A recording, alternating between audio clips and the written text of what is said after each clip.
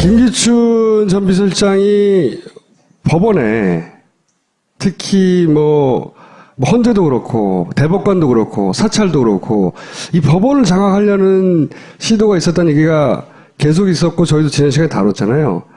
근데 이 의도가 뭐냐? 왜 김기춘 전 비서실장은 대법관들을 그렇게 사찰하고 계속해서 법원에 누구를 대법관으로 집어넣고 하는데 관심을 보였느냐? 그 의도로는 이럴 것이다 라고 굉장히 특이한 주장을 하시는 분이 그 이전에 누구도 들어본 한 적이 없는 주장을 하시는 분이 있어요. 근데 이분이 누구냐면 광로현 전 교육감입니다. 그때 사진은 잘 나가실 때 사진인가요? 요즘 뭐 하십니까? 징검다리 교육 공동체 이게 뭐 하는 거예요? 민주시민교육 해서 춤추는 민주주의, 강한 민주주의 만들려는 거예요. 춤추는 민주주의는 춤 가르치는 거예요, 진짜로? 우리를 춤추게 하는 민주주의, 고동치게 하는 민주주의인데, 이 한국 민주주의의 시민성을 충전시키자는 프로젝트였는데요. 요 최근 50일 동안, 우리 국민들이, 그 어느 때보다도 민주시민성으로 충전되어 있어요. 그래서 우리 목표 이미 반쯤 달성한 것 같아요. 물론 우리 덕분은 아니지만 저희가 그 박근혜 최순실 민주시민 교육 대상주자는 농담도 하고 있어요. 참 안 웃기네요. 요 시간에 모신 이유는 다음엔 다른 일로 모시겠지만 이거요. 대법원장을 사찰했는데 이거는 대선 관련한 소송을 막아보려는 거다. 굉장히 특이한 주장입니다. 그러면서 문화일보 전 조사장이 공개한 대법원장 일가 중에 등산 사실. 이게 이제 의미가 뭐냐면 국정원에서 대법원장이 매일매일 뭐 하는지를 체크하고 있었다는 거죠. 대법원장이 등산 가는 일을 매일매일 사찰하자면 어떻게 알겠어요? 근데 그걸 어디서 하고 있었냐? 이 문서 양식으로 볼 때 국정원이 하고 있었다. 국정원이 이 매일매일 대법원장을 사찰한 다음에 그걸 청와대에 보고를 했다. 이게 드러난 거죠. 네. 보고하라고 했던 이유가 이 대선 관련 소송에 대해서 압력을 행사하려고 하는 의도라고 해석을 하신 거예요. 그죠? 설명을 해 주십시오. 왜 그렇게 생각하시는지. 예, 여기 있는 것처럼 이 2004년 2월 7일자로 폐기하라는 대외비 문건이었죠. 아까 2014년. 보신 문건이 2014년 아마 1월 말쯤 작성된 문건일 거예요. 네. 그럼 이 시점을 좀 맥락화할 필요가 있는데 박근혜 당시 대통령은 당선인 시절부터 이 선거 대선 부정 문제로 굉장히 시달리긴 시달렸어요. 소송도 있었죠, 여러 가지. 예. 당선인 시절이었던 2013년 1월 4일 날 이미 시민 2,000명 이름으로 대선 무효 소송이 들어갔고 또 그 국정원 김하영 씨 셀프 감금. 그 김하영 씨에 대한 경찰 수사가 계속 진행이 돼서 1월 달에 벌써 몇 번씩이나 발표가 있잖아요. 점점 더 좋아요 누른 걸 넘어서 이런저런 댓글이 만들어지고 국정원의 대선 개입과 경찰의 중간 수사 발표 왜곡으로 이제 일주일 전에 도와줬잖아요. 그 대선 일주일 전에. 그래서 김용판 서울경찰청장과 원세훈 국정원장에 대한 소송. 그게 그때 윤석열 검사, 최동호 검찰총장이 날아가는 사건이죠. 그렇죠. 그리고 9월 달에는 이제 최동호 검찰총장이 날아가죠. 제대로 수사한다는 이유로. 국정원 입장에서 보면 이 재판이라는 건 대선 무효 소송에서 지면 날아가는 거고 원세훈이나 김용판이 선거법 위반이다. 그렇게 되면 당연히 대선 부정이라는 뜻 아닙니까? 그렇기 때문에 또 대선 무효 소송에서 질 가능성이 높고 하기 때문에 이 소송을 관리하는 것이 최대 관심사일 수밖에 없죠. 정권의 명운이 걸린 거니까요.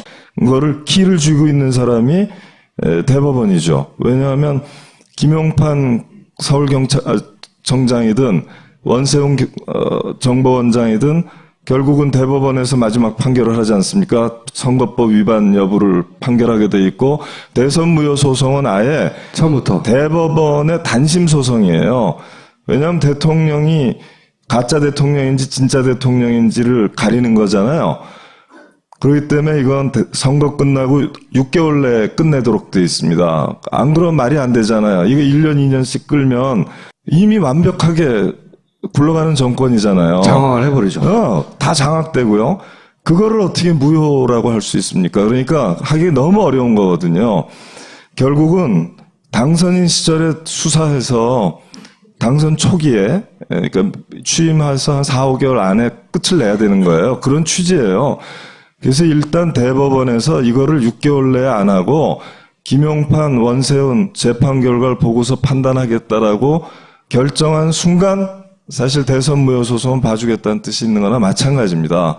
왜냐하면 원판 소송이라고 그랬는데 원판 재판은 최소한 2년 걸리거든요.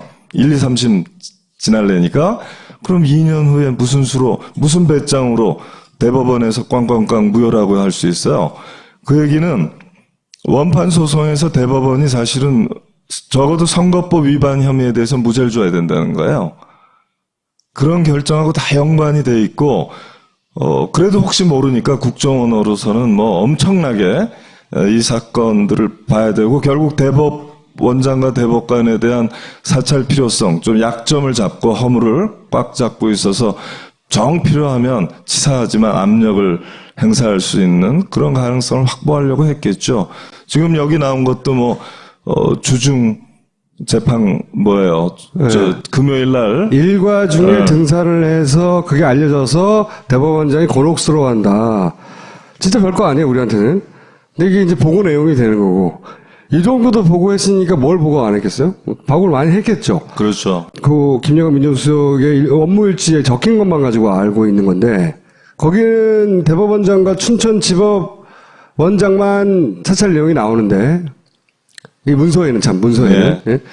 두 사람만 했을 리가 없다고 생각을 하는 거고. 지방법원장 하면 서울중앙지법원장이죠. 그 안에 정치권, 경제권 다 있으니까 모든 중요한 사건들이 다 모이잖아요. 춘천지방법원장을 했으면 뭐 중앙지법원장이나 고등법원장 안 할 리가 없는 거고 그렇게 봐야 합리적이죠. 다 했다고 봐야죠. 중요 사건, 정권적 이해관계가 걸린 사안에 관해서는 그 담당 재판부를 사찰했으리라고 보는 것이 합리적 추론이겠죠. 그래서 그런 원죄를 가지고 태어났기 때문에 처음부터 법원을 장악하려고 하는 의지가 그 어느 때보다 강했다. 이 정권의 입장에서는 어쨌든 자기가 선출된 선거 자체가 문제가 있다거나 거기 국정원이 개입을 했다고 판결이 나버린다든가 또는 선거 무효 소송이 진행이 돼버린다든가 아예 진행이 안 됐어요 이때까지. 아예. 지금 현재도 진행이 안 되고 있어요. 그러니까 선거 무효 소송을 해서 6개월 이내에 하라고 그랬는데 이제 대통령 탄핵돼서 끝나려고 하는데 아직도 진행이 안 되고 있다고요. 아예. 선생님이 보시니까 이런 것 같다고 생각하신 거죠. 이 굉장히 긴 글이에요. 그런 지문을 꼼꼼하게 다 적으셨어. 일단 귀찮아서 말았어. 부르자 그냥. 말씀하신 대로 이 무효소송을 최대한 늦추기로 결정한 게 맞고 지금도 안 되고 있어요. 이거는. 더 심각한 거는 할 수 없다는 걸 알기 때문에 원세훈, 김용판을 무죄 주지 않으면 안 돼요. 결국 그렇게 했습니다. 왜냐하면 이건 그래서 1, 2심에 대해서 가이드라인 설정한 거하고 비슷한 효과가 있는 겁니다. 바보가 아닌 이상 다 눈치채거든요. 김용판이라는 사람은 1심, 2심에서 다 선거법 위반은 무죄 나왔어요. 그리고 대법원에서도 물론 그 2심의 무죄 결정을 확정 지어줬고요. 그래서 1, 2, 3심에서 다 무죄를 받았고요. 원세훈 정보원장은 정말 1,몇백만 개가 확인이 된 건데. 댓글들이. 예, 그게 일부인데 댓글 중에. 그런데도 불구하고 1심에서는 선거법 위반이 무죄 나왔어요. 국정원법 위반, 그러니까 정치 관여 금지에 위반했다는 거는 유죄가 나왔지만 중요한 건 선거법 위반이거든요. 그래서 선거법 위반이 무죄 나왔고 2심에서 굉장히 용감한 부장판사가 있었어요. 고등법원 부장판사가. 이 양반이 이걸 돌려놨습니다. 그래서 유죄를 때리고 법정 구속을 해버렸어요. 그렇죠. 그랬더니 3심에서 어떻게 했겠습니까? 3심 대법원은 그럴 생각이 없는 거잖아요. 사실관계를 더 따져보라고 그러면서 파기환송을 합니다. 그 얘기는 선거법 위반에 대해서 무죄 취지로 파기환송한 거나 마찬가지예요. 댓글 중에 이러저러한 이유로 증거법칙 위반들이 있을 테니까 그런 거 다 띄워봐라. 그러면 몇십만 개 정도로 남을 수 있어요. 그렇게 되면 이제 이건 영향력이 전혀 없었기 때문에 선거 결과에 대한 영향이 전혀 없기 때문에 또 무죄 이렇게 할 수 있는 여지가 생기거든요. 우리나라 대법원장은 우리나라 대통령만 제왕적 대통령이 아니에요. 우리나라 대법원장이야말로 제왕적 대법원장입니다. 그래서 모든 대한민국 판사, 법관에 대한 인사 전권을 갖고 있어요. 승진과 전보. 그런데 이 부분이 중요한 게 법관들이 관료처럼 굴어요. 승진과 보직에, 꽃보직에 관심이 있잖아요. 그러면 대법원장의 정치 철학, 정치 성향 이런 거 눈치 보지 않을 수가 없어요. 그러면 제왕적 대통령은 어떻게 해서 가능하냐? 제왕적 대법원장 하나만 구워 삶으면 되는 거예요, 사실은. 그러면 그 라인을 타고서 모든 법관들을 아주 중요한 정권적 이해관계가 걸려있는 거에서는 컨트롤할 수 있는 지렛대를 하나 갖게 되는 거잖아요. 거기다가 국정원까지 동원해서 사찰을 한다. 이러면 뭐 약점까지 잡힐 수가 있다는 얘기이기 때문에 이제 그래서 제왕적 대통령제라는 건 원래 국정원과 검찰을 자기 충견으로 만들고 그리고 제왕적 대법원장에 걸터 앉아서 완성되는 거라고 저는 생각을 해요. 정권이 정통성을 부정당하는 거죠. 당신들은 부정하게 당선된 사람들이야. 그걸 막았어야 했다는 거죠. 그래서 이들에 대한 법원에 대한 관리 감독 혹은 사찰이 유독 심했을 것이라고 추정하시는 거죠. 예, 근데 두 가지 방법이 있어요. 하나는 국정원 통해서 이제 사찰시키고 사찰 보고 정례적으로 받는 거 하고요. 또 하나는 사실은 자리를 주는 건데요. 박근혜 정권은 대법관급의 그러니까 장관급 자리를 3개를 법관을 시킵니다. 우선 감사원장은 부총리급인데요. 감사원장을 서울중앙지법원장을 한 사람을 감사원장으로 차출하잖아요. 이 얘기는 대법원장이나 헌법재판관이 안 되더라도 그만한 또는 더 좋은 자리를 주겠다는 사인이에요. 충성하라는 뜻이에요. 두 번째로 방송통신위원장을 줍니다. 그게 누구냐 하면 여기 춘천지방법원장이에요. 아까 사찰됐던 최성준. 이 문건에 따르면 자기가 이 다음 대법관에서 이번엔 탈락했지만 9월달 대법관 인사에서는 반드시 될 수 있다. 대법원장의 나를 배제시킬 수 없을 것이다. 이렇게 떠벌리고 다녔다는 거 아닙니까? 근데 대법관은 안 시켰고 방송통신위원장이라는 진짜 꽃보직을 주죠. 그것도 장관급 자리 아닙니까? 행정부의 자리입니다. 이거는 사법부를 썩게 만드는 거예요. 자리 욕심을 끌어오르게 하는 거죠. 거기다 국가인권위원장을 또 서울중앙지방법원장을 줍니다. 그러니까 지방법원장을 한 사람은 무조건 지금 감사원장 하나 갖고 그러니까 국가인권위원장 갔어요. 그리고 이렇게 먹이도 던져주고 채찍과 당근을 다 갖추는데 이거는 아주 고도의 사법부 부패 체계예요. 이렇게 사법부의 그런 중앙지방법원장쯤이나 하고 지방법원장쯤 한 사람이 행정부에서 오라고 그러면 쪼르륵 달려가고 또 총리로 부르면 얼쓰이구나 하고 달려가는 거 있죠. 이런 건 정말 무시무시한 사후매수입니다. 진짜 의미에. 대단히 저는 일리 있는 주장이라고 생각하고 아무도 이런 주장을 왜 안 했지? 예리한 주장이라고 생각해서 모셨고 진짜 그거 어떻게 됐어요? 그때 왜 어쨌든 재판에 지셔가지고 돈을 갚아야 됐잖아요 그때. 아픈 이야기입니까? 뭐 그거 여기 중요한 거 아니니까요. 나는 궁금한데. 아무튼 뭐 다 끝났어요. 법적 절차가 그래요? 끝났습니다. 예. 공매 처분 다 이루어졌고 압수 뭐 다 끝났고 뭐 다 환가 처분 다 끝났을 거예요. 아마. 그럼 지금 거짓인 거 아니에요? 아니에요. 다 여전히 잘 지내고 있고요. 징검다리 교육 공동체 활동이 구체적으로 뭔지 잠깐 설명해 주시고. 지금 우리나라에서 말이에요. 어떤 개헌 얘기하는 사람들이 있어요. 사실 개헌을 아무리 해도 개혁 입법이 수반하지 않으면 체제 변경 효과가 전무하고요. 개헌을 하지 않아도 개혁 입법만 제대로 되면 체제 변경 효과가 나는 게 많아요. 근데 대표적인 게 뭐냐면 이제 우리 18세로 선거권 연령 낮춰야죠. 그죠? 그다음에 결선 투표제 도입해야 됩니다. 그리고 공무원 교사가 150만 명이에요. 우리나라에. 이 사람들이 정치활동권이 없습니다. 정당 가입권, 정당 활동권, 선거 출마권 내지는 선거 운동권 이런 것들이 다 선생님은 없어요. 출마를 할 수가 없어요? 선생님들은 출마하려면 무조건 사표를 내야 돼요. 경선에 나갈래도 사표를 내야 됩니다. 다른 나라는 안 그렇습니까? 그러면 반민주주의고 인물 따라서 꼬붕 오야분 관계, 오야분 꼬붕 관계 이런 것들 청산될 길이 열릴 거거든요. 근데 이렇게 가려면 교사 공무원한테 왜 우리가 이렇게 2등 시민의 위치를 줄까요? 헌법의 정치적 중립성 때문인데 정치적 중립성이라는 건 사실 업무 시간에 문제가 되겠죠. 만약 중립적이지 않으면. 근데 과외 시간, 교사 같은 방학 때, 주말에, 저녁에 이거 다 막혀 있는 거거든요.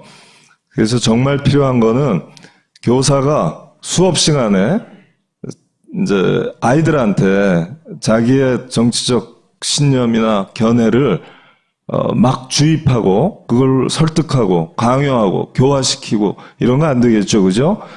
헌법이 말하는 교육의 정치적 중립성이 금지하는 건 오직 이거 하나입니다. 이거면 좋게요. 이것은 진보교육감 시대에 얼마든지 우리가 입법과 협약으로 이 취지를 관철시킬 수 있고 또 좋은 전문적인 교직 문화 일부로 수업 문화 일부로 뿌리내릴 수 있어요. 이것을 전제로 해서 교사 공무원에게 정치적 기본권 줘야 됩니다. 이때 우리나라 정당 민주주의, 대의민주주의, 민주주의 발전할 수 있다고 생각하고요. 징검다리 교육 공동체의 첫 번째 전략 사업은 이 지금 말씀드린 교사와 공무원의 정치적 기본권을 회복해서 춤추는 민주주의로 성큼 나아가자 이런 것가 하나예요. 오늘 여기까지 하겠습니다. 감사합니다. 네, 고맙습니다. 야, 이 부장! 네가 부장이면 땅이야? 저 인간 저건 쟤 오늘도 술술 풀리고 안 먹고 회수 갔냐? 내일도 신체 상태로 출근하겠구만. 아유. 고려 생활건강 술술 풀리고 음주전 한포가 당신을 지켜드립니다. 특허받은 천연 유래 성분 숙취 해소제 술술 풀리고를 은하계 최저가로 딴지마켓에서 만나보세요. 이건 50일 동안 우리 국민들이 그 어느 때보다도 민주시민성으로 충전돼 있어요. 그래서 우리 목표 이미 반쯤 달성한 것 같아요. 물론 우리 덕분은 아니지만 저희가 그 박근혜 최순실 민주시민 교육 대상주자는 농담도 하고 있어요. 참 안 웃기네요. 요 시간에 모신 이유는 다음엔 다른 일로 모시겠지만 이거요. 대법원장을 사찰했는데 이거는 대선 관련한 소송을 막아보려는 거다. 굉장히 특이한 주장입니다. 그러면서 문화일보 전 조사장이 공개한 대법원장 일가 중에 등산 사실. 이게 이제 의미가 뭐냐면 국정원에서 대법원장이 매일매일 뭐 하는지를 체크하고 있었다는 거죠. 대법원장이 등산 가는 일을 매일매일 사찰하자면 어떻게 알겠어요? 근데 그걸 어디서 하고 있었냐? 이 문서 양식으로 볼 때 국정원이 하고 있었다. 국정원이 이 매일매일 대법원장을 사찰한 다음에 그걸 청와대에 보고를 했다. 이게 드러난 거죠. 네. 보고하라고 했던 이유가 이 대선 관련 소송. 원세훈 국정원장에 대한 소송. 그게 그때 윤석열 검사, 최동호 검찰총장이 날아가는 사건이죠. 그렇죠. 그리고 9월 달에는 이제 최동호 검찰총장이 날아가죠. 예. 제대로 수사한다는 이유로. 예. 국정원 입장에서 보면 이 재판이라는 건 대선 무효 소송에서 지면 날아가는 거고. 예. 원세훈이나 김용판이 선거법 위반이다. 그렇게 되면 당연히 대선 부정이라는 뜻 아닙니까? 네. 그렇기 때문에 또 대선 무효 소송에서 질 가능성이 높고 하기 때문에 이 소송을 관리하는 것이 최대 관심사일 수밖에 없죠. 정권의 명운이 걸린 거니까요. 그거를 키를 쥐고 있는 사람이 대법원이죠. 왜냐하면 김용판 서울경찰청장이든 원세훈 정보원장이든 결국은 대법원에서 마지막 판결을 하지 않습니까? 선거법 위반 여부를 판결하게 돼 있고 대선 무효 소송은 아예 처음부터 대법원의 단심 소송이에요. 왜냐하면 대통령이 가짜 대통령인지 진짜 대통령인지를 가리는 거잖아요. 그렇기 때문에 이건 선거 끝나고 6개월 내에 끝내도록 돼 있습니다. 안 그러면 말이 안 되잖아요. 이거 1년, 2년씩 끌면 이미 완벽하게 굴러가는 정권이잖아요. 장악을 해버리죠. 다 장악되고요. 그거를 어떻게 무효라고 할 수 있습니까? 그러니까 하기 너무 어려운 거거든요. 결국은 당선인 시절에 수사해서 당선 초기에, 그러니까 취임해서 한 4, 5개월 안에 끝을 내야 되는 거예요. 그런 취지예요. 그래서 일단 대법원에서 이거를 6개월 내에 안 하고 김용판, 원세훈 재판 결과를 보고서 판단하겠다라고 결정한 순간 사실 대선 무효 소송은 봐주겠다는 뜻이 있는 거나 마찬가지입니다. 왜냐하면 원판 소송이라고 그랬는데 원판 재판은 최소한 2년 걸리거든요. 1, 2, 3심 지날래니까. 그럼 2년 후에 무슨 수로, 무슨 배짱으로 대법원에서 꽝꽝꽝 무효라고 할 수 있어요. 그 얘기는 원판 소송에서 대법원이 사실은 적어도 선거법 위반 혐의에 대해서 무죄를 줘야 된다는 거예요. 그런 결정하고 다 연관이 돼 있고, 그래도 혹시 모르니까 국정원으로서는 뭐 엄청나게 이 사건들을 봐야 되고, 결국 대법원장과 대법관에 대한 사찰 필요성, 좀 약점을 잡고 허물을 꽉 잡고 있어서 정 필요하면 치사하지만 압력을 행사할 수 있는 그런 가능성에 대해서 압력을 행사하려고 하는 의도라고 해석을 하신 거예요. 그죠? 설명을 해 주십시오. 왜 그렇게 생각하시는지. 예, 여기 있는 것처럼 이 2004년 2월 7일자로 폐기하라는 대외비 문건이었죠. 아까 2014년. 보신 문건이 2014년 아마 1월 말쯤 작성된 문건일 거예요. 예. 그럼 이 시점을 좀 맥락화할 필요가 있는데 박근혜 당시 대통령은 당선인 시절부터 이 선거 대선 부정 문제로 굉장히 시달리긴 시달렸어요. 소송도 있었죠, 여러 가지. 예. 당선인 시절이었던 2013년 1월 4일 날 이미 시민 2,000명 이름으로 대선 무효 소송이 들어갔고 또 그 국정원 김하영 씨 셀프 감금. 있잖아요. 그 김하영 씨에 대한 경찰 수사가 계속 진행이 돼서 1월 달에 벌써 몇 번씩이나 발표가 있잖아요. 점점 더 뭐 좋아요 누른 걸 넘어서 뭐 이런저런 댓글이 만들어지고 국정원의 대선 개입과 경찰의 중간 수사 발표 왜곡으로 이제 일주일 전에 도와줬잖아요. 그 대선 일주일 전에. 그래서 김용판 서울경찰청장과 김기춘 전 비서실장이 법원에 특히 뭐 헌재도 그렇고 대법관도 그렇고 사찰도 그렇고 이 법원을 장악하려는 시도가 있었다는 얘기가 계속 있었고 저희도 지난 시간에 다뤘잖아요. 근데 이 의도가 뭐냐? 왜 김기춘 전 비서실장은 대법관들을 그렇게 사찰하고 계속해서 법원에 누구를 대법관으로 집어넣고 하는데 관심을 보였느냐? 그 의도로는 이럴 것이다 라고 굉장히 특이한 주장을 하시는 분이 그 이전에 누구도 들어본 한 적이 없는 주장을 하시는 분이 있어요.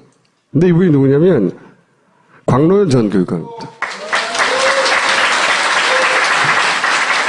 이때 사진은 잘 나가실 때 사진인가요? 요즘 뭐 하십니까? 징검다리 교육 공동체. 이게 뭐 하는 거예요? 민주시민교육해서 춤추는 민주주의, 강한 민주주의 만들려는 거예요. 춤추는 민주주의는 춤 가르치는 거예요, 진짜로? 우리를 춤추게 하는 민주주의, 고동치게 하는 민주주의인데, 이 한국 민주주의의 시민성을 충전시키자는 프로젝트였는데요. 요